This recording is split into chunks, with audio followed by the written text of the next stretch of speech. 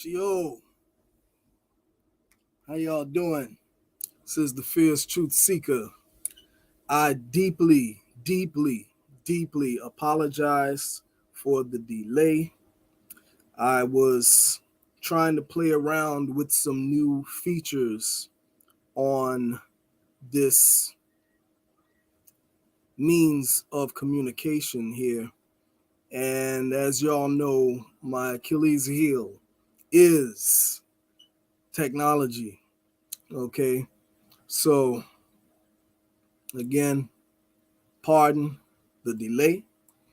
Okay. Anyway, so today we are going into part 10 of Moors and Indians, Friends or Enemies. And we're going to talk about, was Marcus Garvey a government agent? Okay. And so we're going to, or I'm also going to say, I'm going to play around with a little bit of technology here because I do want to play a video for y'all for reference. Okay. And give me 1 second here. Give me 1 second.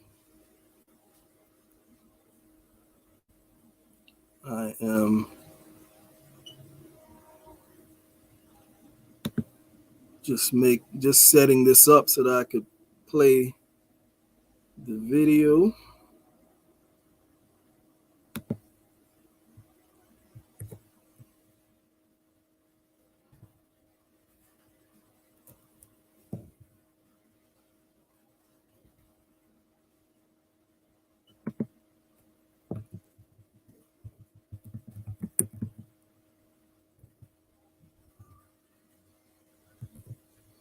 Okay. So, yeah, it's getting set up here. Also, in the chat, I'm leaving a link for anyone who is kind-hearted enough to leave a donation. I'm leaving that link in the chat. That'll take you directly to the Red Road East website. Okay. And let's see here. So, Marcus Garvey. All right. So now, let's see here. So, when we talk about Marcus Garvey, okay, we have to understand that Garvey was someone that the Prophet Noble Drew Ali had held in high esteem. And to accuse Garvey of being a government agent would be tantamount to also putting the Prophet Noble Drew Ali in that same line of accusation. Okay, because the Prophet Noble Drew Ali kept Garvey in high esteem, and also when you read in the Holy Quran Circle 7 of the Moorish Science Temple of America, it says here that, give me 1 second, and this is in the last chapter, okay, the end of time and the fulfilling of the prophecies, okay, in that section of the last chapter, it says, The last prophet in the days, the last prophet in these days is Noble Drew Ali, who was prepared divinely in due time by Allah to redeem men from their sinful ways and to turn them of the great wrath which is sure to come upon the earth. John the Baptist was the forerunner of Jesus in those days to warn and to stir up the nation and prepare them to receive the divine creed, which was to be taught by Jesus. In these modern days came a forerunner who was divinely prepared by the great God Allah, and his name is Marcus Garvey, who did teach and warn the nations of the earth to prepare to meet the coming prophet, who was to bring the true and divine creed of Islam, and his name is Noble Drew Ali, who was prepared and sent to this earth by Allah and to teach the old time religion and the everlasting gospel to the sons of men. Okay, so on and so forth. I'm just using that as a reference to show you that this is indeed in, I'm talking about the reference to Marcus Garvey. I'm not trying to sway anyone's religious persuasion or anything like that. I'm just reading this for the sake of reference. Okay. So as you can see, I'm not making this up. Let me go a little bit closer, put this a little bit closer so you can see I'm not making this up. I'm going to hold it still so that y'all can see that. Okay. And this is indeed in the Holy Quran, Circle 7. Okay. So I'm saying that to say that when one accuses Marcus Garvey of being a government agent, and one of the reasons for making this video is because I got into a discussion with a fellow Moor about this particular topic of Marcus Garvey. Okay, and we had a long back and forth about this particular topic. Was Garvey an agent?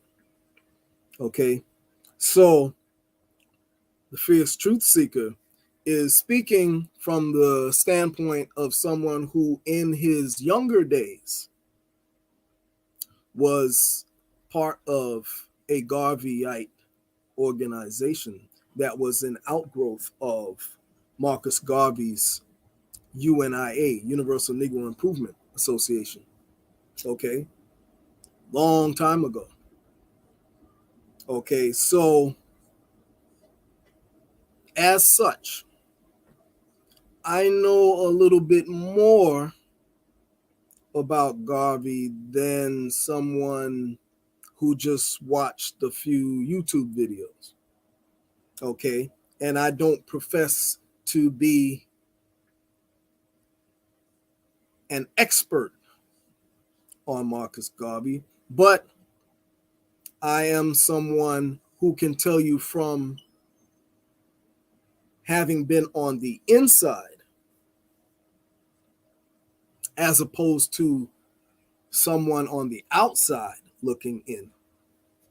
Okay, I can share that much. Okay, and I used to sell the Garvey books back in the days. I know Tony Martin personally. Okay, and I've met with Tony Martin on several occasions. Okay, and used to distribute his books as a book vendor back in the days, way back in the days. Okay, I'm not going to say how long ago, but way back in the days.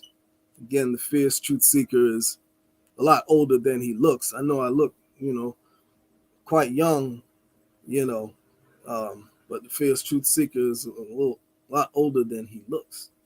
Okay, but um, yeah, I used to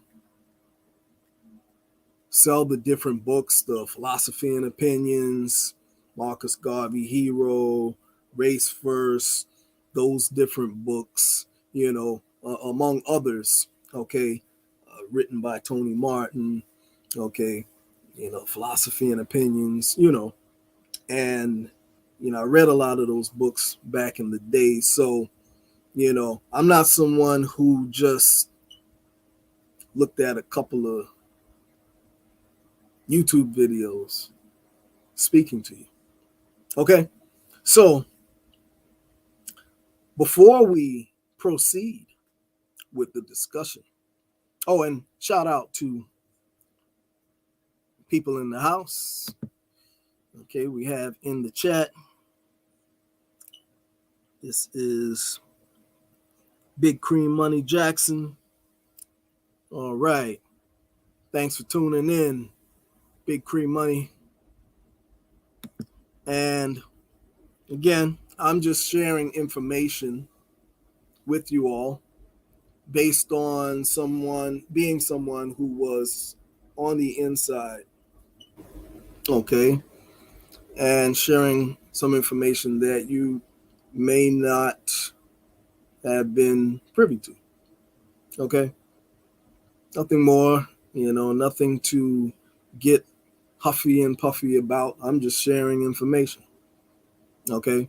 But with that said, this is part 10 of the discussion of Moors and Indians,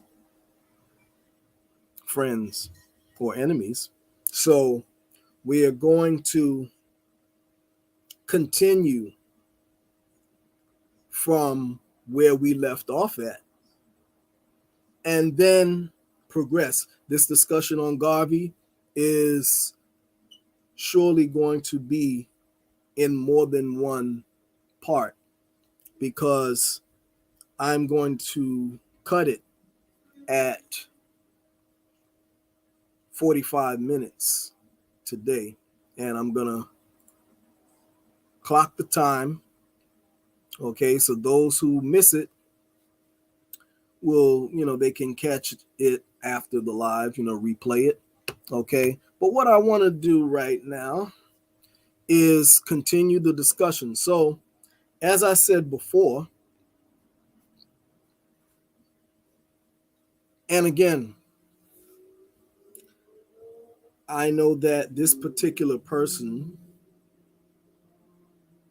and it's a couple of people, it's actually not, I say the longest discussion that I had on this topic was with one particular person. Good brother of mine, by the way, real good brother of mine, and, we always have these discussions and stuff like that. So I thought it good to talk about in the live. Okay. But it's more than one person too. It's other people that I've had this discussion with as well. So I'm going to play something for y'all because we were talking about before how a lot of this information has come forward via a lot of the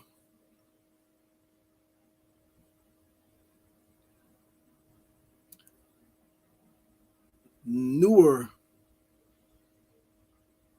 people out today who are bringing information coming from the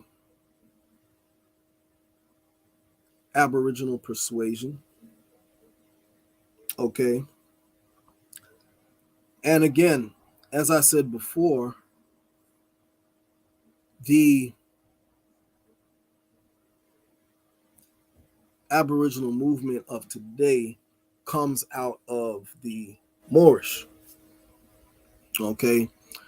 And I know that the last few videos that I did, people were expressing that they were very confused because they didn't know that the Moors were on the scene talking about being Aboriginal before the movement of today that is trending. Okay, so I'm going to play a video from the early 90s. Okay, and it's one out of many that I have in my collection. Again, The Red Road East is an indigenous TV program dedicated to archiving and preserving the history, legacy, and culture of the original peoples of the East Coast and the Caribbean. So, the Fierce Truth Seeker has archives and archives and archives of information. Okay, so this particular video is not my own. Okay, I'm going to put that out there. And I don't own the rights to it or anything of that nature. I'm just sharing the information. I'm not going to play it in its entirety because, I don't know how the, copyright thing goes and all that, but I do know if I share bits and pieces at a time, then I'm good. Okay. And you can also go, I urge you to go to, the source of the information and, see the whole video in its entirety of its, as well. Okay. So without further ado, let me pull this up. Let me see how we do this here. All right. This is why I was so late, because I was trying to figure out how to do this, how to share a video on YouTube. Okay. So let me see here.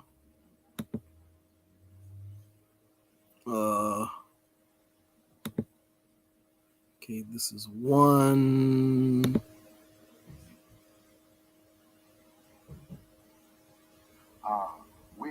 Let's see here. All right. Okay, let's see now. Okay, let me see if I'm following the instructions here on how to do this, on how to share this video. I hit share screen. Share screen. Share screen. Share screen. Am I doing this right? Let me see. Share screen.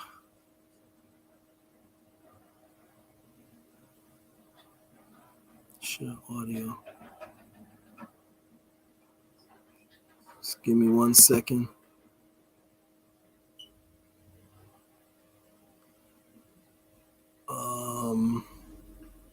Cancel. Okay, I know what I have to do. Give me 1 second. I'm gonna have to. Oh, okay. All right. I think I know how to do it now. Bear with me. Technology is my Achilles heel. So, okay, let me see. Share. Okay, bong. I'm gonna hit window. Wait a minute. Don't go anywhere because it's gonna get really good. I'm telling you, trust me.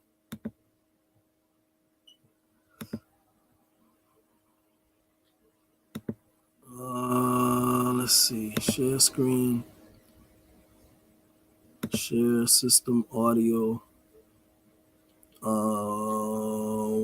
Window, I think. Or was it Microsoft Edge tab? Oh yeah. Oh, okay. Yeah. We rocking and rolling now. Okay, bong. Woo! Oh, the fierce truth seeker did it. Oh man. Oh man. We really doing this now. All right. Okay. So this is a video from the Moorish Science Temple. Okay. And it's Grand Major Temple. So, go out and check, that channel. Okay. I'm just sharing this information. All right. And I'm just going to share pieces of it and talk through a little bit. All right. So I want somebody in the chat to let me know if they can hear this audio when I play it. If you can, just throw a one up. Let's see. Let's do a test run right now.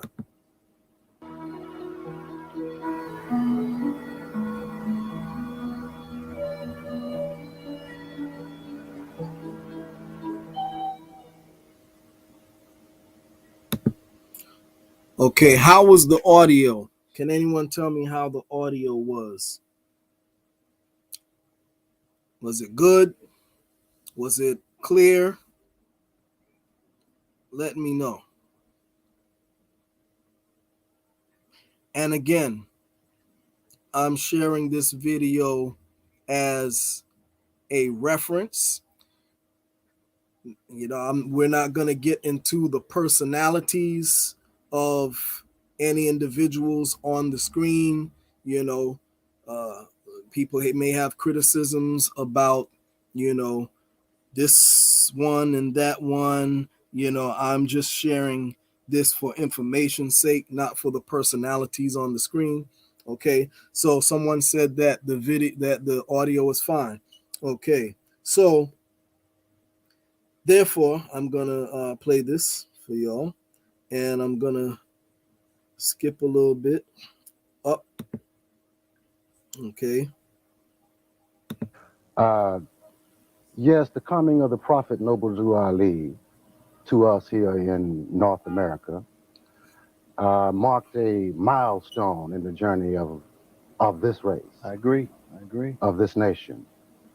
It marked a milestone in that in the history of our people here in North America, prior to the coming of the Prophet Noble Drew Ali, they had not been in contact with divine guidance, with one who was divinely prepared in a long time. And they had lost the knowledge of their divine origin. They had lost the knowledge of their divine rights. Pay attention to what he said. So, and mind you, this is in the 90s. This is like in the middle portion of the 90s. I think this particular video is 1997. So it's in the latter part. And the one I'm going to play after this is going to be years earlier than that. It's going to be in the early mid 90s. Okay.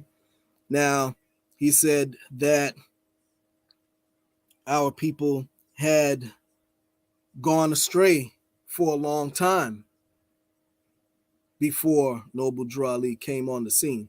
I want you to just pay close attention to those words. Okay, and this all ties in to this thing. It's all going to tie into this whole Garvey thing as well. Okay, I'm going somewhere with all of this. Of their identity, their birthrights, even their citizenship rights. And so the coming of the Prophet Noble Drew Ali to us here in North America made it possible for us to reconnect with our divine origin, with our divine rights, our natural rights, our citizenship rights, our birthrights. And the chapter that you mentioned, the chapter in the Holy Koran entitled Egypt, the capital empire of the Dominion of Africa, is one of those great truths that the Prophet Noble Drew Ali came here to teach in order to set the record straight. Oh, yeah. Because there had been so much misinformation about Africa, about the people who are of African descent, and particularly about our people here in North America. That's interesting too, brother, because if you notice I think it's the first verse in that chapter, it talks about the first inhabitants of Africa. It talks about the fact that old man Cush was one of the first inhabitants of Africa. Now, from our studies, we understand that Cush is synonymous with Egyptian. Is that true, brother? I mean, have you heard something like that before? Yes, but even before that, in the very first verse of that chapter, the prophet Noble Drew Ali sets the record straight by saying that the inhabitants of Africa are the descendants of the ancient Canaanites from the land of Canaan. And anyone who has read any of the old records, the old scriptures, particularly the Bible. Okay, pay attention closely. Don't get lost. I see some are dropping off. Okay, and that's why a lot of people don't know anything, because as soon as they hear something that they don't agree with, they tune out. But then you wind up missing a crucial piece or pieces of information. Okay, because what you're going to see, remember, at this particular time here, this is 1997. Okay, there is no what you call at this time Aboriginal movement as we know it today at this time. Now, again, I'm not talking about individuals. Okay, you always had individuals who said that we were Aboriginal. Okay, but they were far and few. Okay, I'm talking about as a school of thought and a whole body of knowledge. Okay, as a paradigm. Okay, a particular knowledge package. Okay, a school of thought is what I'm talking about. The only people at this time that had that were the Moors. Okay, again, this is 1997. Okay, let's continue. In the Bible, it's stated that the people of Canaan, that Canaan being the son of Ham, who was supposed to have been cursed, you say. The prophet Noble Drew Ali makes it clear that there was no curse on Canaan. And it's very important that our people understand that they were not cursed by Allah, whom some people refer to as God. It's extremely important that our people understand that. Another thing that is important that they understand is that Africa, the name Africa itself, is a name that was given to the continent by someone else who was not African. The original name of the land is Amexem. How do you spell that? Amexem. That is the first true and divine name of Africa, given to that entire region, that entire conglomerate of land, which would include now the present North, South, and Central America. I see. And you know, that's kind of contrary to what some historians have led us to believe. Some historians in the past has led our people and part of the world to believe that Egypt was only that little piece of land that you see right there on the map today. But according to the teachings of our prophet Noble Drew Ali, Egypt would encompass this land called North America. So in essence, what you're saying, and I agree, that this... Hold up. What did he say? He said Egypt is also what we call North America. Okay, now mind you, at this time, where's my reference here? At this time, there is no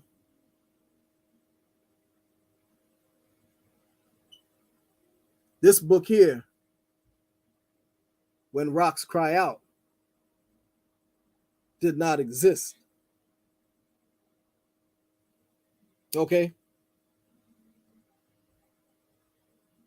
This book did not exist at this particular time. Okay? I just wanted to make that note. Okay?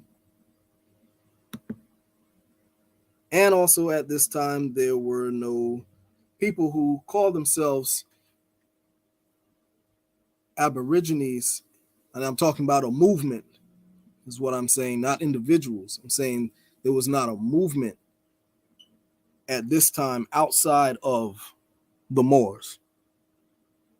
Okay, a movement. Again, I am stating my words very carefully in what I'm saying. So don't take what I'm saying and run with it. Okay, I'm saying a movement. Okay, so let's continue. That little piece of land that you see right there on the map today. But according to the teachings of our prophet Noble Drew Ali, Egypt would encompass this land called North America. So in essence, what you're saying, and I agree, that this is in fact Upper Egypt. This is a part of the dominion of Africa before the great earthquake which caused the great Atlantic Ocean. And further evidence of that can be seen in the people of America. When the Europeans arrived here in America, they encountered people who looked like you and I. And What were they called, do you remember?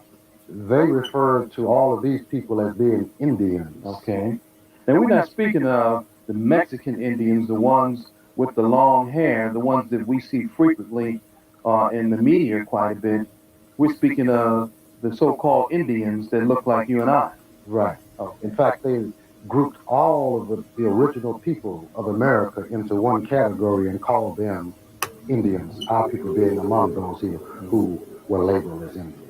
You know, I read something in my studies about the particular tribe called the Nanticoke, the Choctaw, the Cherokee. All of these people had the deep olive hue like we had. And they practiced the same customs that our people practiced before the great earthquake on the west coast of Africa.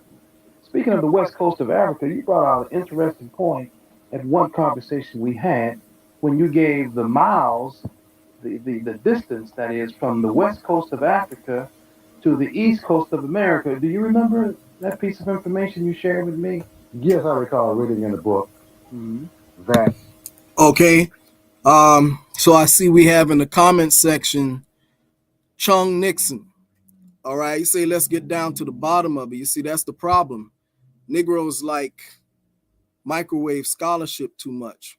Okay, and that's why you guys are always putting out misinformation, because you like a quick fix.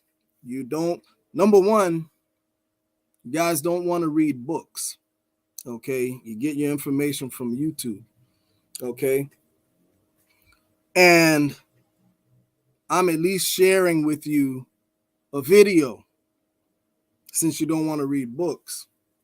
Okay, so, and you don't even want to, you're not even patient enough to sit through that. Okay, I don't know if you came in late, family, but just chill out. Okay, just chill out. Okay, because as I said before, we're picking up from where we left off, and this discussion is definitely going to be in more than one part, as I said before. Okay, and it's all tying in. All right. So ain't no getting down to the bottom of it. The fierce truth seeker does not do microwave scholarship, you know. So anyway, let us proceed. Listen and you'll learn something.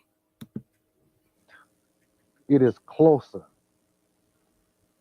from the easternmost part of America to the westernmost part of Africa, the easternmost part of America being San Recife, Brazil, to Sierra Leone.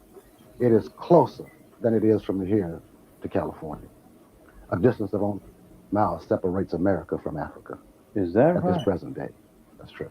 So that kind of fortifies even more so of what this prophet Noble Durali is teaching us in terms of what Egypt is, where the people originally came from, and how we are still connected to that history to this very day. Absolutely, we are very much connected with that history. You mentioned the people who were called the Nanticokes and the Choctaws and other people, particularly in the southern part of the United States. Well, I can speak from personal experience with regard to the people who are called Choctaws, because growing up as a child, we lived very close to a Choctaw reservation. And I would see the people occasionally, and they were pretty much indistinguishable from you and I. Now, these people are not commonly seen on television. You won't find them in the Lone Ranger movies, for example. But from first-hand experience, there are people who call themselves Choctaws, who've been labeled Choctaws, Indians, quote unquote, who will be indistinguishable from you and I. Speaking of the Nanticokes, during the days of slavery, they would be instructed. They were instructed not to venture out too far at night because they may be mistaken for runaway slaves. Amazing. This is amazing. You know, and the prophet Noble Durali mentions all of these things. Did you hear what he said? He said he knew Choctaws personally at that time, and they were told not to. No, he said Nanticoke. I'm sorry, and he said they were told not to venture off too far from the reservation because they would be mistaken for runaway slaves or Negroes, I think he said. Just making a note of that. Okay, no problem, Chung Nixon. No problem. I got you. You didn't mean anything by it. Cool. So, if you just came in, I'm leading up into. I spoke a little bit about before we got started. I spoke a little bit about how we're proceeding with this particular lecture. Okay, and we're continuing off from, because this is part 10. You got to remember, this is part 10 of a lecture series that I started a few years ago. Okay. And so this particular discussion, in order for you to really get the full appreciation, you have to go all the way back. Probably, I think this is like about maybe, because it's part of a greater topic entitled The Empire Strikes Black. Okay. And I did the lineage of the Aboriginal movement first, and then I did the Moors and Indians, friends or enemies, afterwards. So you have to go back to the beginning to get caught up. But I'm playing this because this is a continuation of a continuation of the earlier discussion, and this is all leading up to the same point. Okay, So just be patient and we'll get to what you're looking to hear. So on that note, we're going to continue on. In this particular chapter of Egypt, the capital empire of the dominion of Africa. And he also said something, if we have enough time, and I'm sure we do, to touch on the fact that he said that the pharaohs of Egypt gave permission to a certain group of people, particularly the Moabites, the Hittites, the Amorites, to settle and inhabit certain portions of Africa. And the myth is that the pharaohs of Egypt or the Egyptians were cruel and unjust, but basically, according to Prophet Noble Drew Ali, we're talking about the same people, aren't we? We're talking about the same people. And it's important to go back again to that story of the curse having been placed upon our people. Then we can kind of understand it in a... Okay, I'm going to skip up. Give me 1 second.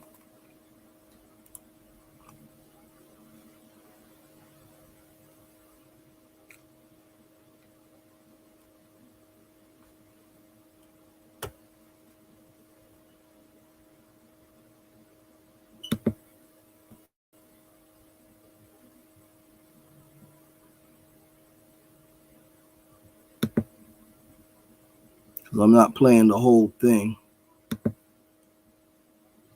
Ali came to set the record straight. And it's important to understand that they, from their homelands, we're talking about the same people.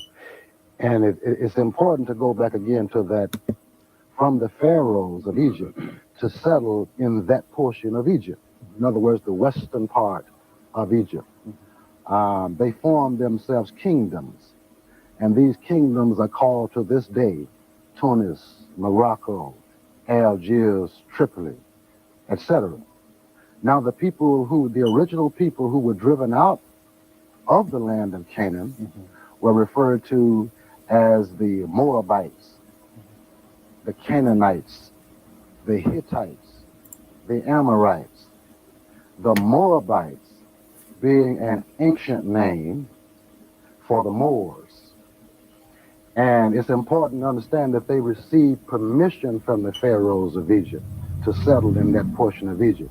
If they received permission from the pharaohs of Egypt, that means that they recognize the legitimacy of the house of Pharaoh.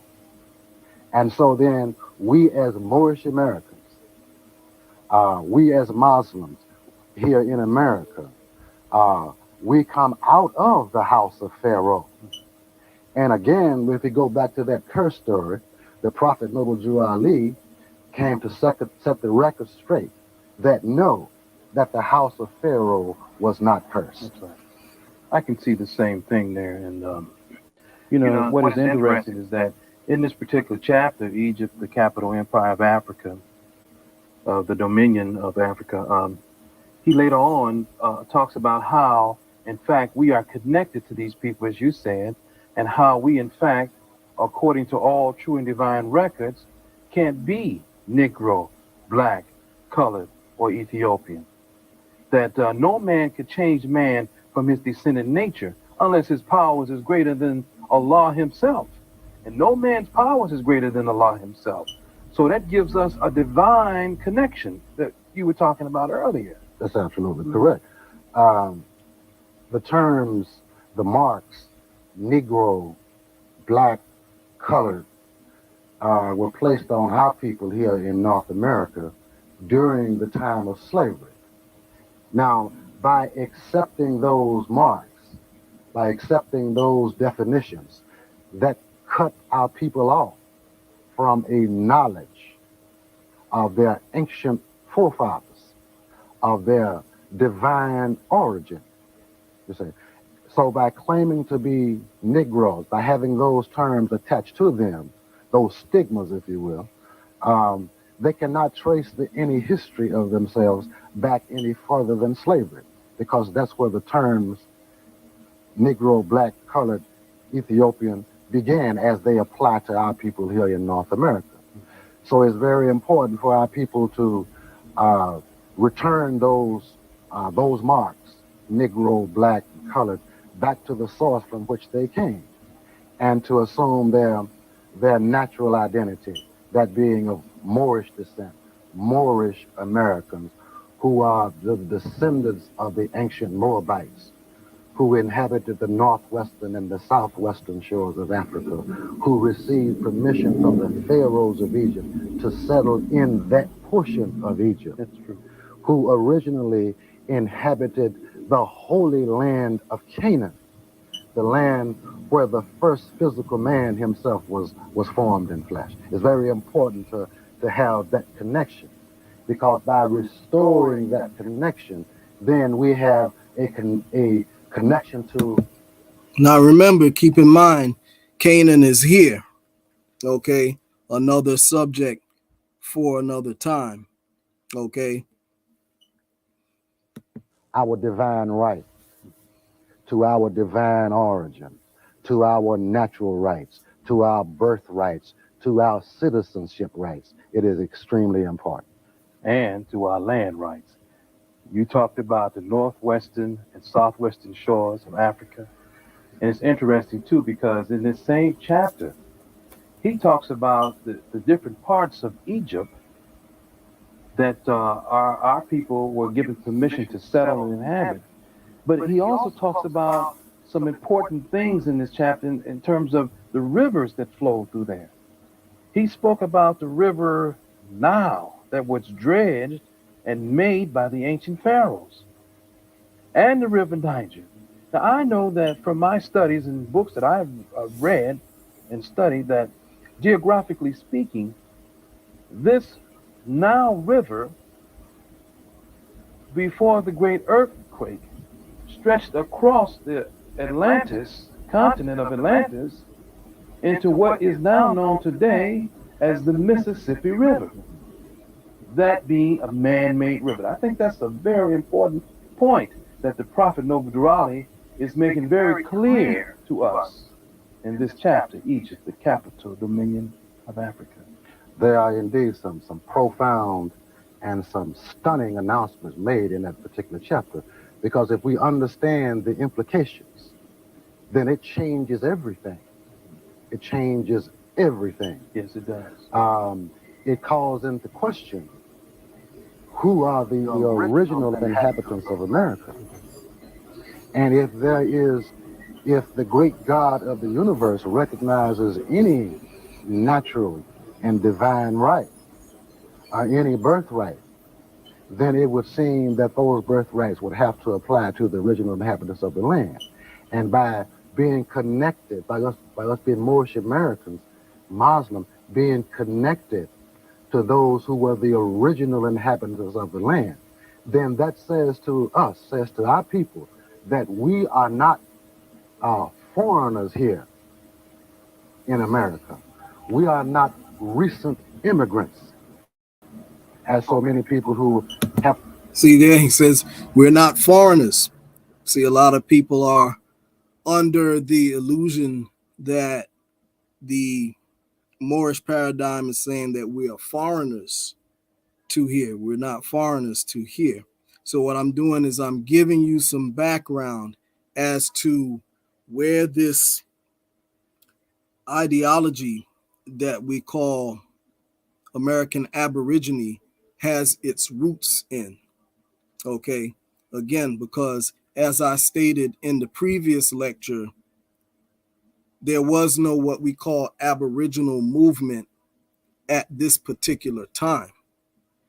Later on, certain people, I'm not going to call any names, but if you look at some of the earlier videos, I go into the roots of how certain people started to take bits and pieces from this Moorish paradigm and created what we have today known as the Aboriginal movement.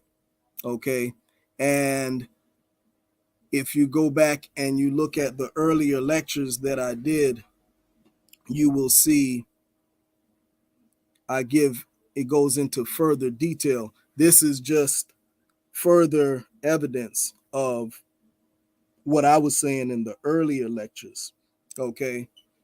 But anyway, let's continue on. So he's saying here, we're not foreigners here. To live in America at this time are. Where they've come from many different places. They've come from Europe. They've come from different parts of Asia and different parts of the world.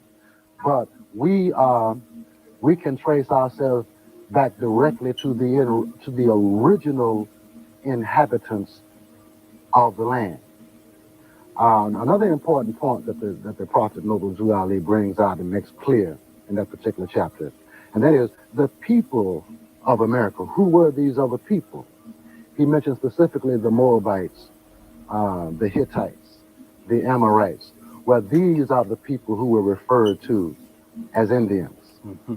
And it would seem to us, it would follow logically, therefore, that we have a long and extremely long history, long connection with the people of America. Mm-hmm. The people who are referred to as Mexicans and the natives of San Salvador and the Atlantis Islands.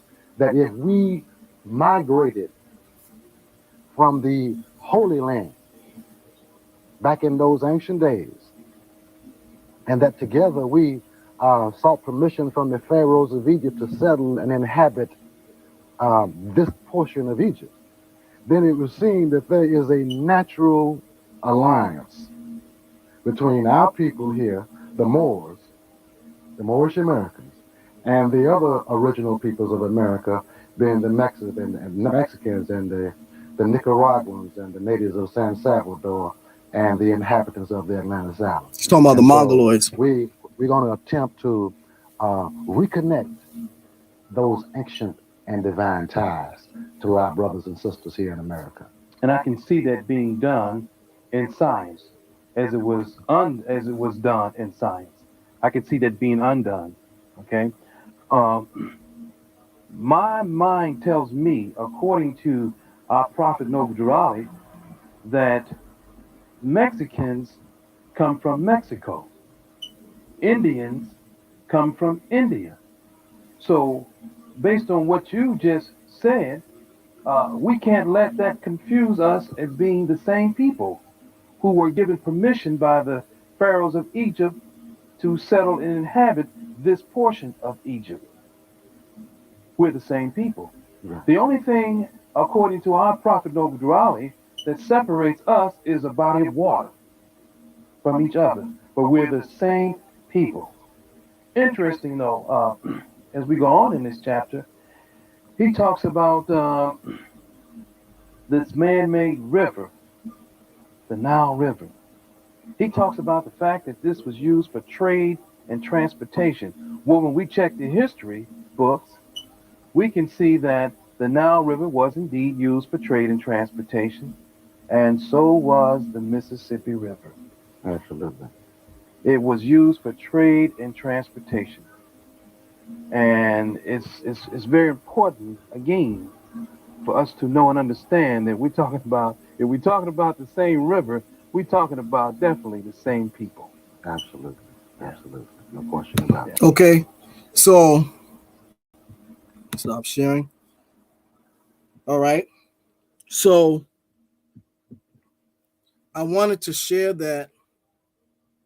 Let me get this off the screen here. Give me 1 second. Okay. I wanted to share that so that we could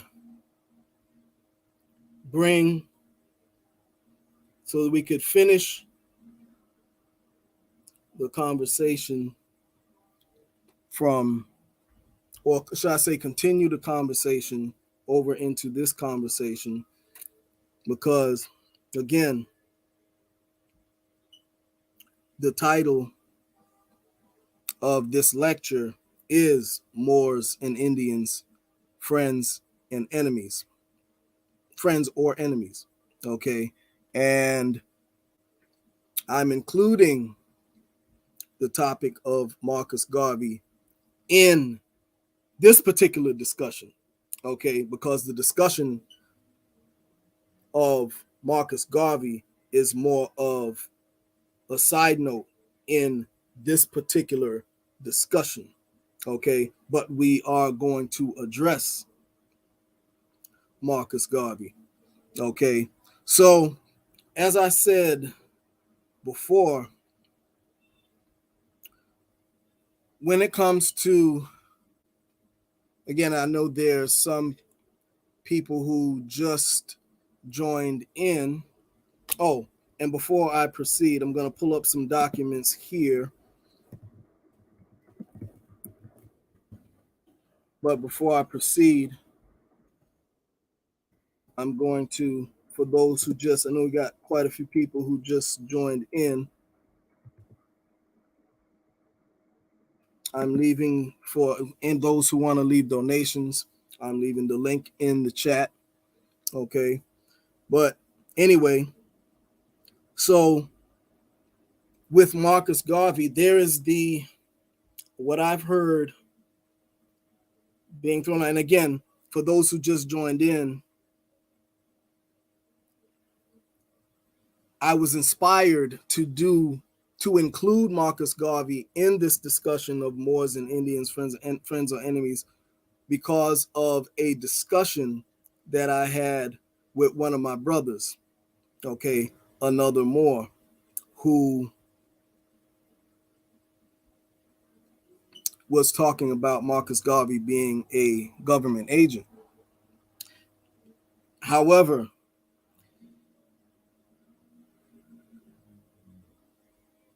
he could not provide substantial evidence to prove his particular point. And again, this is one of my good brothers, okay? I love him to death, love him to life, should I say, okay? So this is not out of any maliciousness or anything like that, okay? As well as some others that were in my chat a while back. So my whole thing is with the Garvey, again, in my younger years, I was part of the organization that was headed by Carlos Cooks, which was an outgrowth of the Garvey movement. Okay. And okay, yes. Tasha, she makes a great point here. I am aware of Garvey and the Walter Plecker information, and I'm getting to that. Just hold tight. I will definitely get to that. But before I talk about that, I have to first give you a background, because see, the fierce truth seeker is not going to give you microwave scholarship, and I'm not going to speak from a particular bias. And also, the fierce truth seeker is not beyond critique. And if people have information to share, the fierce truth seeker is, okay, I was given the name fierce truth seeker because the fierce truth seeker is always about the truth. And so I'm always entertaining the truth, okay? But we can't get into Walter Plecker until I lay a foundation of the time frame and conditions of our people during the time of Garvey and before. Then it'll make a lot more sense what I'm going to say. Okay? So people are under the disillusion that Garvey was the originator of the Back to Africa movement. Okay. And he actually was not. He was actually probably the last in a line of people who had Back to Africa movements. Okay. And you want to, one book that I read that will get you some perspective of what I'm getting ready to present to you. And I've been trying to find this particular book, but I feel that I left it in storage. So I'm not able to share it with you, but I read the book, so I have it in my head. Okay. And this particular book is called Black Square and Compass 200 Years of Prince Hall Freemasonry. Okay. And if you read that book, you'll get a little bit of perspective on the information that I'm going to present for you. However, what I did was I pulled up a few articles that talk about some of the same things. Okay. But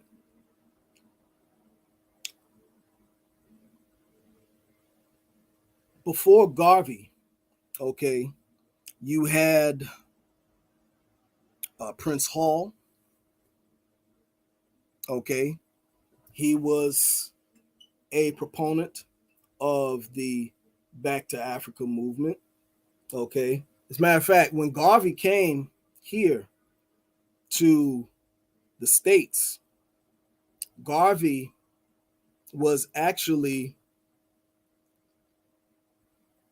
influenced by people here from the States who had similar movements long before he did. Okay, including and was of the school of that same school of thought, including Booker T. Washington. Okay, and there's a sister out. There's a sister who has a book out now. She's writing a book all about Booker T. Washington. Okay, and in this particular book, she's talking about how Booker T. Washington was a proponent of um, Back to Africa, things of that nature. I forget the name of the book. I'm going to be ordering it soon. Okay. But but Garvey very much wanted to meet up with Booker T. Washington when he came here. Okay. Um, However, he never got a chance to. But you also had Prince Hall. I'm going to share. And again, just be patient. I'm giving you a background first. Then we're going to get up to, because a lot of the information that you're hearing from people who have criticisms about Garvey is the stuff towards the tail end. I'm giving you the background. Okay. So give me 1 second. I'm going to share. I'm going to screen share. Wait, let me see. I'm going to share a document. I think I have it up already. Oh, wait a minute. Just give me 1 second. Cut that off. Okay, share screen. Let's see, tabs. Okay, I think it's this one here. Share. Okay, and this one is Freemason information, freemasoninformation.com/b-hive/freemasonry and Black Nationalism /?MSC. It looks like LKI, something like that. But I think y'all can see it on the screen. I think. Let me put this down a little bit. Maybe y'all can see it. But what I'll do, if anybody wants it, I could leave the link in the chat. I don't want to delay any further. I want to get into reading the article. Okay, so this is entitled Freemason Information, Freemasonry and Black Nationalism. Okay, and I want to scroll down. Let's see. I'm just getting straight to the most important part. All the other background stuff you can read on your own. Let's see. Okay, Prince Hall and Freemasonry. Says, my story begins with a man named Prince Hall. Prince Hall may have been born in Barbados or New England in 1735. We do know he was a slave at age 11, but was a free man by 1770. Somewhere along the line, he had the good fortune to have received an education, for he was illiterate. For he was literate, combined with his natural intelligence and energy.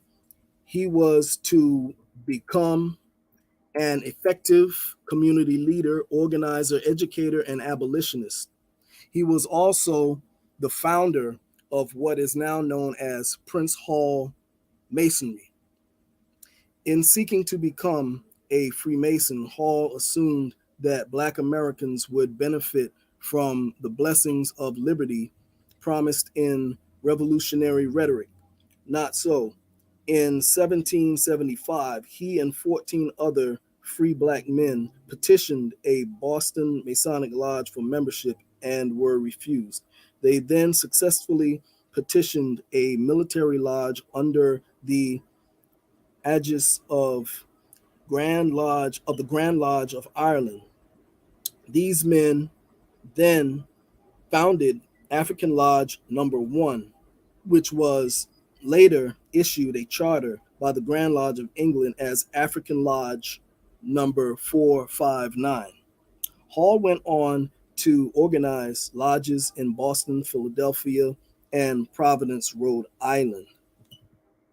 Becoming an African in becoming African in America, race and nation in the early days, Black Atlantic historian James Sidbury writes that Prince Hall lodges asserted emotional and mythical and genealogical links to the continent of Africa and its peoples. Hall himself was also vociferous supporter of the Back to Africa movement, presenting a plan to the Massachusetts Senate in 1773, Black unity and economic independence.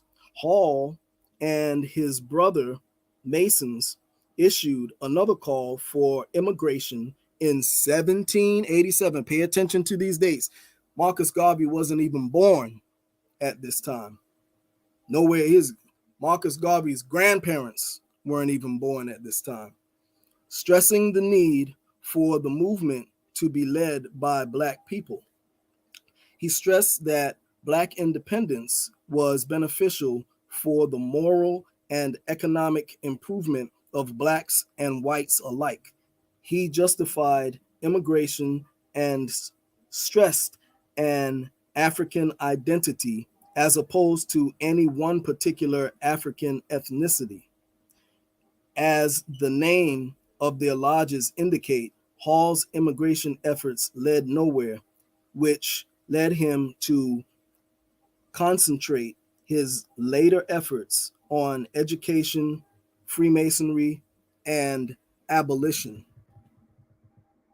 Immigrating to Africa to establish colonies continued to be a literal goal, but alongside the concrete planning for such a venture, a spiritual meaning of the phrase back to Africa took root and began to flourish in the Masonic Lodge.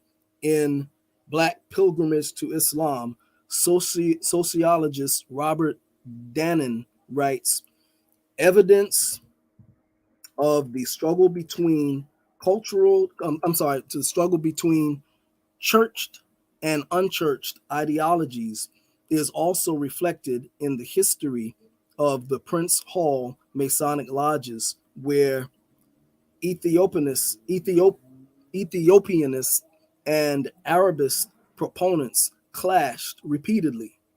Ethiopianism had roots in the missionary experience as a quasi biblical justification for emigration. It originated in the works of Martin Delany and came to rest in Marcus Garvey. Okay, Martin Delany, that was another one. Okay, Martin Delany was before Marcus Garvey. Okay, talking about a Back to Africa movement. Okay, so it says here, came to rest in Marcus Garvey's familiar scenario of a pure African nation. Though radical in style, it belonged to and constituted a theology of redemption.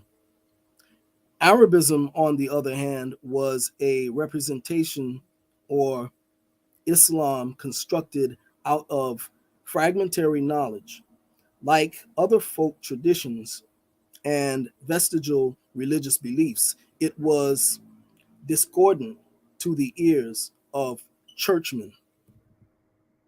Bannon argues that Freemasonry was integral to the construction of Black civil society in colonial America, and that the fez of Moors and Shriners, for example, survives as an artifact of the colonial Black merchant class, bound by Masonry and struggling for abolition.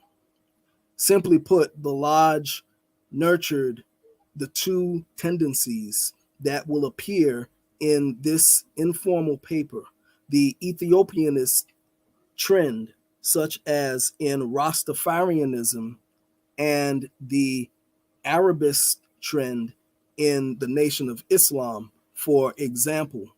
Freemasonry and other fraternal organizations were certainly an important feature of African American civil life. A book entitled Social and Mental Traits of the Negro: Research into the Conditions of the Negro Race in Southern Towns, a Study in Race Traits, Tendencies and Prospects, 1910, lists literally dozens of fraternal groups in the South alone. Okay, so here we have Prince Hall long before Marcus Garvey. Now, here's another individual who was before Marcus Garvey, Martin Delany. Okay, says Martin Delany, the first Black nationalist. Prince Hall was a direct influence on Marcus Garvey, as was Martin R. Delany.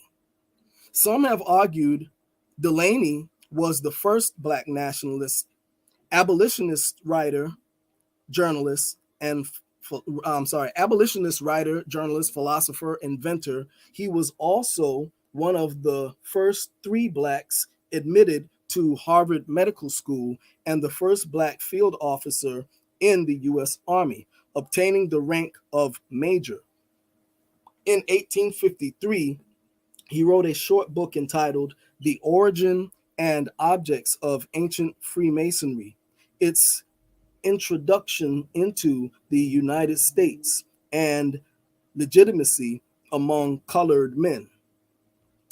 The book posits an Ethiopian origin for Freemasonry and places several biblical events there. It is truly an Afrocentric text. As for immigration, he had already written his first book proposing mass immigration, perhaps to the West Indies or South America. In 1852, in 1854, he led the National Immigration Convention and read his political destiny of the colored race on the American continent. This work is considered to be one of the texts of Black nationalism. I don't know what that means. Texts. Never heard that word before. Okay. Learn something new every day. Text? Or was that a typo?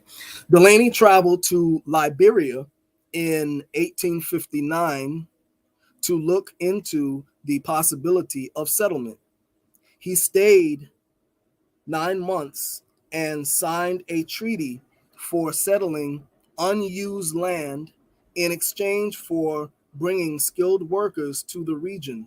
But white missionaries undermined his plans, and the outbreak of the American Civil War put an end to them. He later sought an appointment as consul general to Liberia. As Reconstruction began to be curbed and whites successfully began limiting the voting rights of blacks in the South, a group of African Americans in Charleston again took up plans for immigration. In 1877, they formed the Liberia Exodus joint stock steamship company with Delaney as chairman of the finance committee. A year later, the committee purchased a ship called the Azure for the voyage. Delaney was president of the board that organized the voyage, but he withdrew in 1880 to concentrate on supporting his family. This was the last involvement with immigration before his death. Okay? And let me stop sharing here.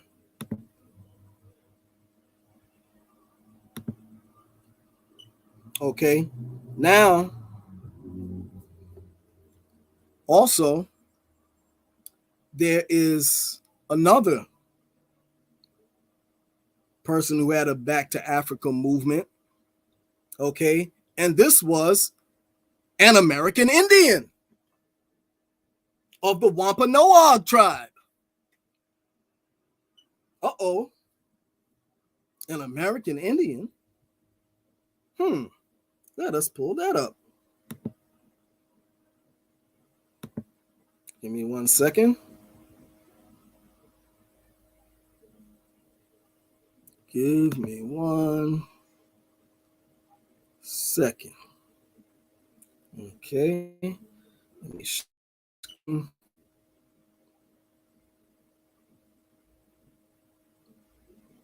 Just hold tight. The screen is buffering.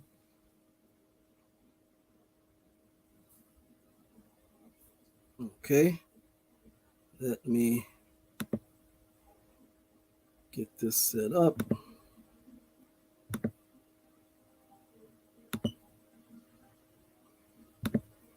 Okay, let's see. All right. And then I'm going to share screen. All right, let me X this off. Okay, Paul Cuffey. Okay, and anyone from here in the Northeast and who's ever been to the reservations, y'all know that Cuffey is a very popular name among the tribes here in the Northeast. Okay, So, not making this up. So it says Paul Cuffey and the Back to Africa movement. Uh-oh. Let us see. Now, this is way before Marcus Garvey. Marcus Garvey wasn't even born yet. Okay, so it says the Back to Africa movement began with a wealthy mixed race Quaker named Paul Cuffey. He bought, and you got to, dodge the hijack with the, the whole mixed race thing. Anyway, he brought African American Bostonians to a Sierra Leone colony in 1815, 2 years before the founding of the American Colonization Society. Uh-oh, before the founding of the American Colonization Society. Scroll up. Here's a drawing here of Paul Cuffey. It says Paul Cuffey led an extraordinary life. He was born on January 17th, 1759, on Cuttychunk Island off the Massachusetts coast, the 7th of 10 children. His mother, Ruth Moses, was an Aquina Wampanoag Indian. His father, Kofi Slocum, was a black freedman who at age 10 was kidnapped from his Ashanti tribe in West Africa. Slavers took him to Newport in the colony of Rhode Island, and from there, a Quaker who lived in Dartmouth, Massachusetts, enslaved him. His name, Kofi, was corrupted to Cuffey. Okay, now I gotta do further research on this supposed Ashanti heritage. It could be true, don't get me wrong, and the fierce truth seeker does not dodge any type of truth. If it's true, it's true. Okay, but I know that a lot of times they put their spin on things and they do distort the truth. So I'm going to do further research on that Ashanti line. But we do know he was Wampanoag. Okay. However, let's continue on. Quakers. In 1733, the Nantucket Quakers denounced slavery, the first society of friends in the American colonies to do so. They were close to the Dartmouth Quakers, and as a result, Paul's father was freed. Paul's mother and father raised their 10 children in the Quaker religion. Paul's brother was a farmer, fisherman, and carpenter who taught himself to read and write. He owned his own home and a 116-acre farm. When Paul turned 13, his father died, and Paul and his brother, David, took over the farm and support for the family. Paul then changed his last name from Slocum to Cuffey, and all but one of his brothers and sisters did. Blah, blah, blah. I'm going to skip down. Let's see here. Okay, Sierra Leone. In 1787, the British founded a settlement of poor English black people in Sierra Leone called the Province of Freedom. 5 years later, Black loyalists from Nova Scotia, including George Washington's former slave, Harry Washington, arrived. They had petitioned to be moved to Africa as they found Canada's climate too harsh. Sierra Leone then became a British Crown colony in 1808. Paul Cuffey had a dream to establish a prosperous colony in Africa. He wanted to send one ship every year to Sierra Leone with African American immigrants. They would then produce exports to the United States. He had launched two expeditions to Sierra Leone in 1811 with an all black crew. In Africa, he established a trading society for the colonists called the Friendly Society of Sierra Leone. In 1812, he went to Baltimore, Philadelphia, and New York to recruit members and support from the free black community for his African institution to promote immigration. Okay, no Marcus Garvey in sight, no Marcus Garvey or UNIA or anything like that. In 1815, Cuffey brought 38 colonists, mostly Bostonians, to Freetown, Sierra Leone. Cuffey paid for some of the passengers' fares and fronted a year's worth of provisions. His cargo was heavily taxed. In the end, the voyage cost him $8,000, perhaps even worse. And again, $8,000 back then was not like $8,000 now. That was more like $8 million back then.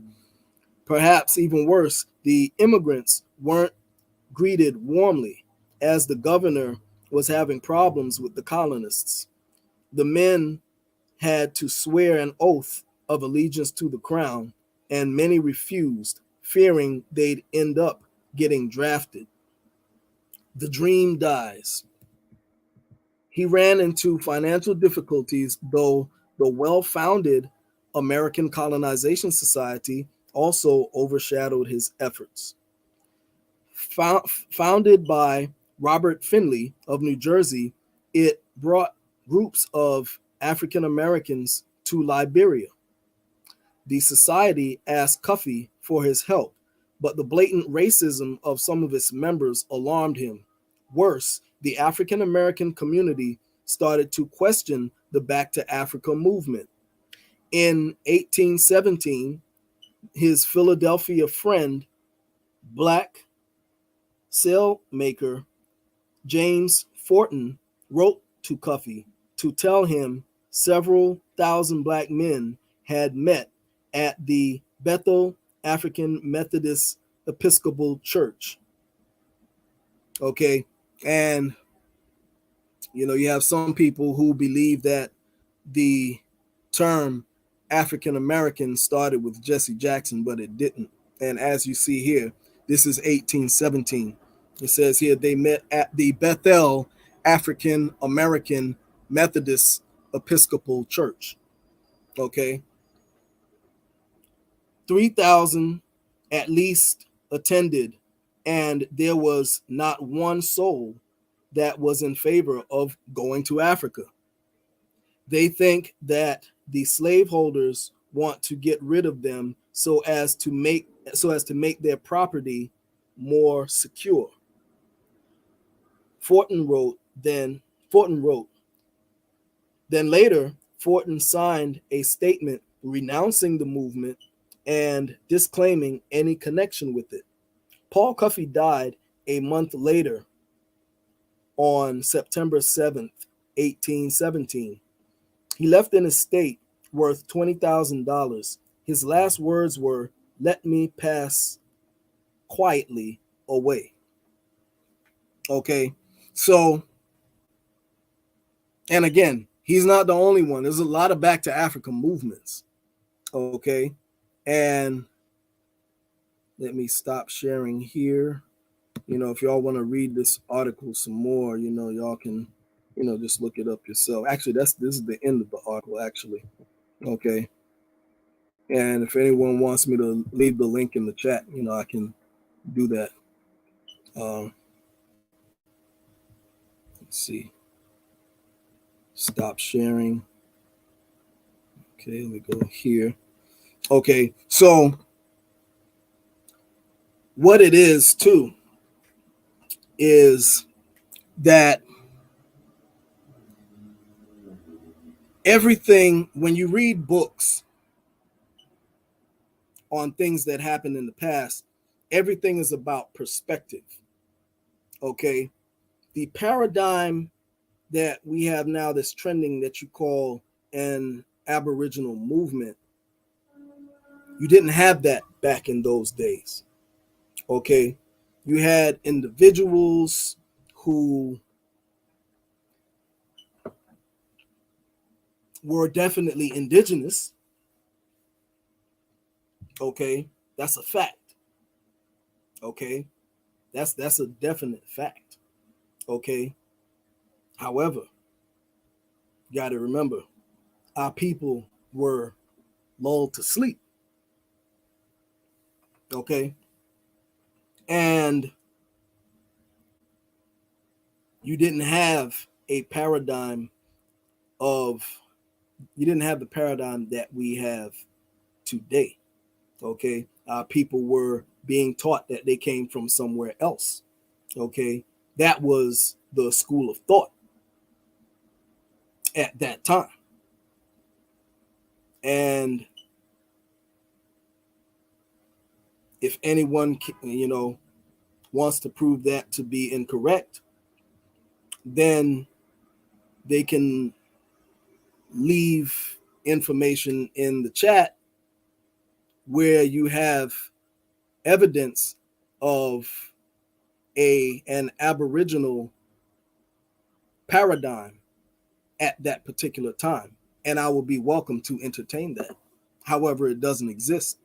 Now, there were individuals who knew that our people were Aboriginal, okay, but that's not speaking for the masses,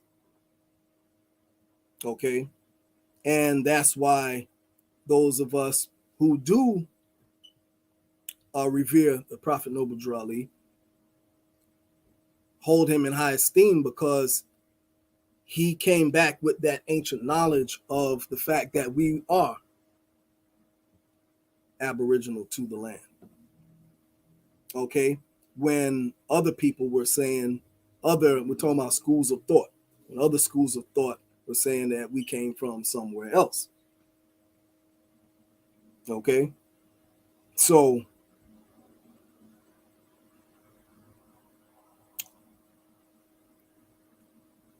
that's why I say it's about perspective. You can't charge Garvey with being an agent for telling our people they were Africans, this, that, and the other, when that was the school of thought that was circulating at that time. Okay, that's what was circulating. That was the body of knowledge that was circulating at that time. That's what they conditioned our people to believe. Okay, now again, there is there's ancient connections to Africa. Okay, and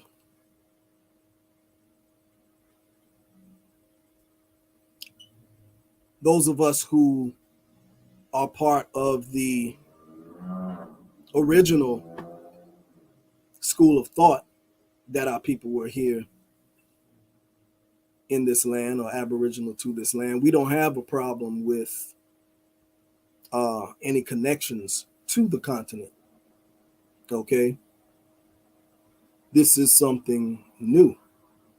Okay, so again, like I said before, when I had the discussion with this particular individual who was saying Marcus Garvey was an agent, so my question was, okay, so what was the school of thought?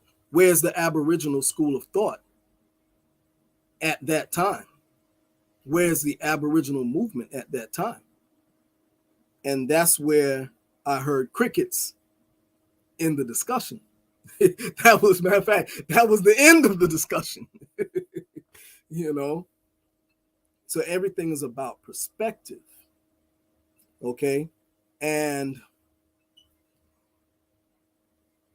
let me see. Let me give a shout before I proceed on. Let me see who we have in the chat and give some shout outs.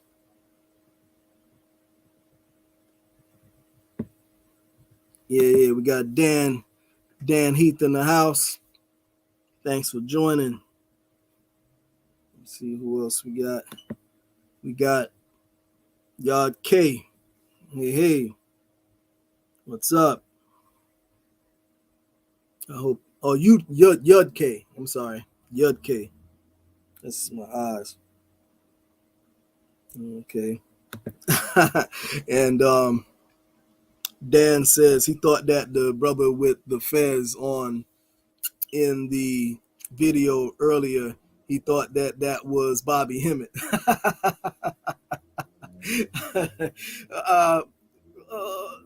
Well, I know Bobby Hemmett, and I met Bobby Hemmett on many occasions in person. When he looks a little bit like him, but that video is an old video, and that particular individual is much older than Bobby Hemmett. But then, there's some similarities in looks. And we got Amin Bey. Amin Bey says, peace to all, peace to you too, fam. And let's see, we also have, Washington man. Hey, peace. Shiu. Yeah, he says, thanks for sharing more. Oh yeah, anytime. That is what the Fierce Truth Seeker is about. It's about, sharing information, and, just presenting information and chopping it up and taking a look at it and see what is valid, And the Fierce Truth Seeker is, always welcoming input, because everybody's got something relative to say. And, I'm not going to jump on anybody for, presenting, any even contrary information. If there's contrary information, just put it on the board, and, we look at it, chop it up, cross-reference. That's what it's about. See, again, let me just, for those who just joined in, I'm leaving the link for anyone who wants to leave a donation. But yeah, what I was saying is that, we put the information out, we chop it up, because what we want to do is, you want to go before the world intelligently, and especially those of us who, are in this community, Aboriginal, whatever, or you call yourself more, we're all under that umbrella of Aboriginal, whether you like it or not. But whatever you call yourself, even if you don't call yourself a Moor, whatever, remember the Moors were here saying we're Aboriginals first. But whether or not that's neither here nor there, but what I'm saying is, if you want to come across intelligently to the outside people, particularly the Pan-Africanists, you can't. You better have your information tight before you come up against them, because they're gonna tell you a new one. Okay, they can't do that to the Fierce Truth Seeker, because the Fierce Truth Seeker, already knows. I got 1,000 different ways to come after, Pan. Now, I don't have anything against Pan-Africanists. Let me just clear the air with that. The only thing I have against the Pan-Africans is when they come and tell me that I'm not indigenous to the land. And again, I'm using that term indigenous just for clarity's sake. Okay, that's the only problem that I have with the Pan-Africanists. Don't come to me and tell me that I am not who I say I am when I know that I am. Okay, and I have the proof to back it up. Okay, but they can't challenge the fierce truth seeker, because fierce truth seeker, what the fierce truth seeker does, I read the books. I don't do the fierce truth seeker is not gonna do microwave scholarship. Okay, the fierce truth seeker, when you do your research, you want to cross-reference and you want to look at all points of an argument. You want to look at the pros and the cons. You see what I'm saying? Those who are for an argument and against the argument. Then you make your determination. You got to read several books. Again, the fierce truth seeker is speaking to you as someone who in his younger days was part of the Garveyites. Okay, so I'm just sharing some information with you guys so that when you do come against these people who are telling you that you aren't who you are, that you'll be armed with proper information. Otherwise, they're going to clown you. Okay, you don't want people to clown you. Dan Heath says, yeah, Sarnetta messed a lot of people up. Yeah. Oh yeah. But when you come against those people on those platforms, you gotta have your I's dotted and your T's crossed, because there's they do have people who are doing serious research on those sides, and you can't come half cocked. Okay, so tomorrow we'll continue the conversation. I have some more to share. I have another video or two to share and some more discussion on Garvey, some more personages, some more people of interest to look at, and some more about what was going on during that time frame. So I'm going to leave you with this.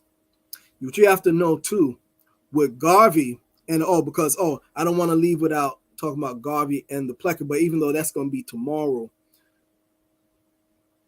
See, you had two different groups at that time. So you had a group of that were integrationists. Okay, your W.E.B. Du Bois people and NAACP and all of those people. Okay, they were integrationists. Okay, now we're fast forwarding, and then you had at that time the Black Nationalists.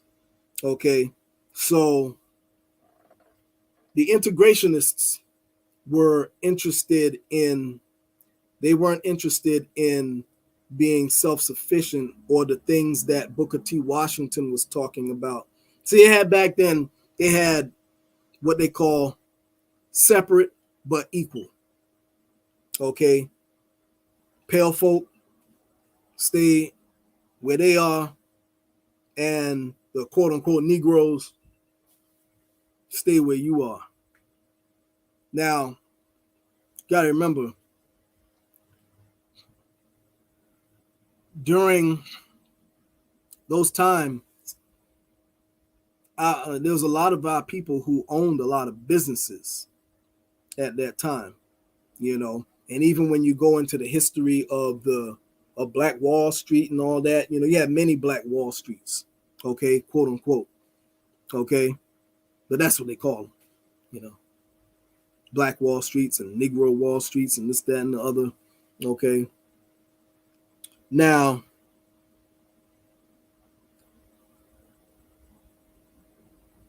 the integrationists were saying, no, don't worry about owning your own businesses and being separate and things of that nature. Let us try to integrate into Caucasian society,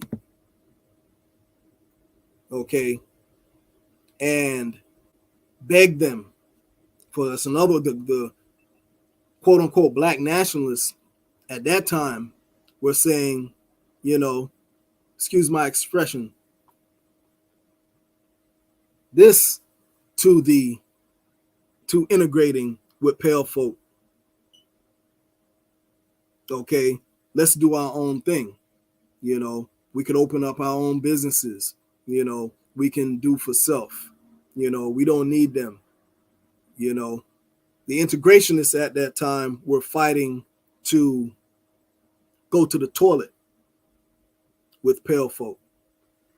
Okay, they wanted to sit in on their restaurants and have the peckerwoods, excuse my expression, bop them upside the head. Get out of here, nigga! We ain't gotta serve you. Not only that, but try to get served. They bring you a cup of coffee, they spit in your coffee and put it on the table and give it to you. Okay.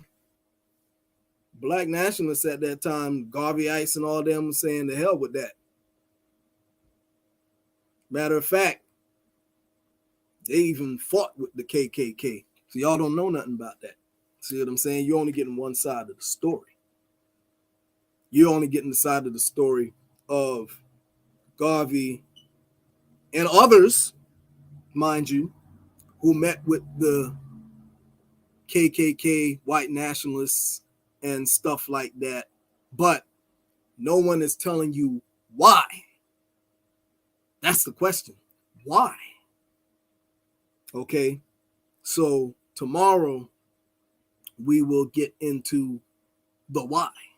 Again, everything is about perspective. Okay. So again, the black nationalists at that time were not interested in integrating. And Garvey was what you call a separatist. The integrationists, NAACP, who were the Uncle Toms at that time, or should I say coons, let's not disgrace Uncle Tom, because Uncle Tom wasn't really an Uncle Tom, but that's another story for another time. Uncle Tom was an Indian, but he wasn't Uncle Tom, but that's another story for another time. But anyway, okay, the integrationists were very critical of Garvey, not just so much because of the Africa ideology, which again was he did not create. Okay, it was people from here, okay, in North America, who were doing it long before Garvey was even born. Okay, but anyway, they were very critical of Garvey because Garvey was a separatist. Okay, a separatist.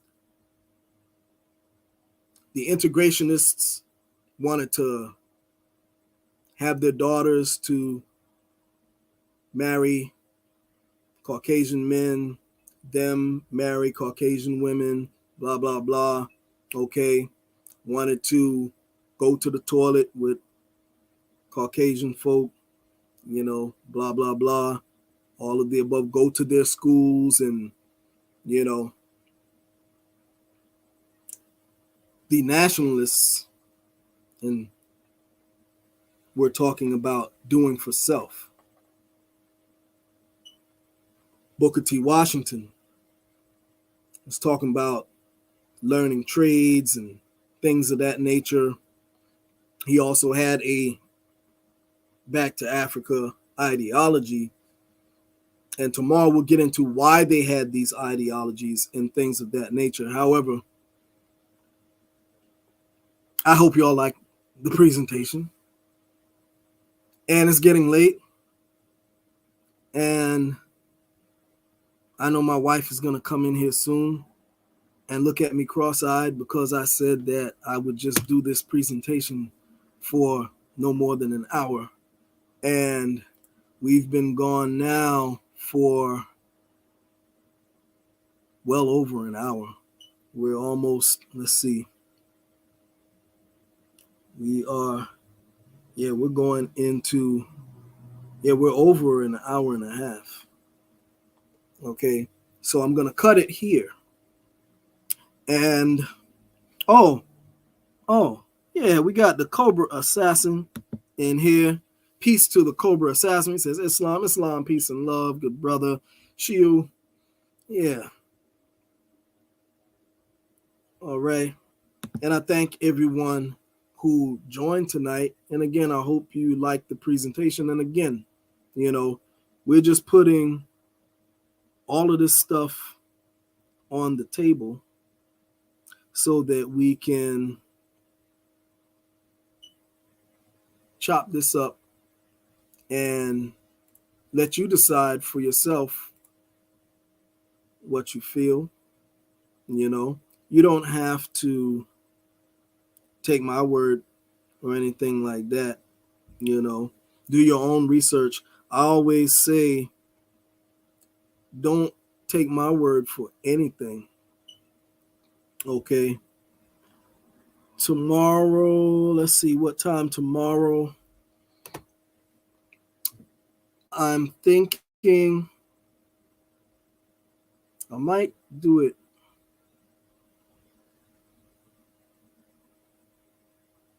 in the afternoon, like 12 or 1. Yeah, about 12 or 1 o'clock.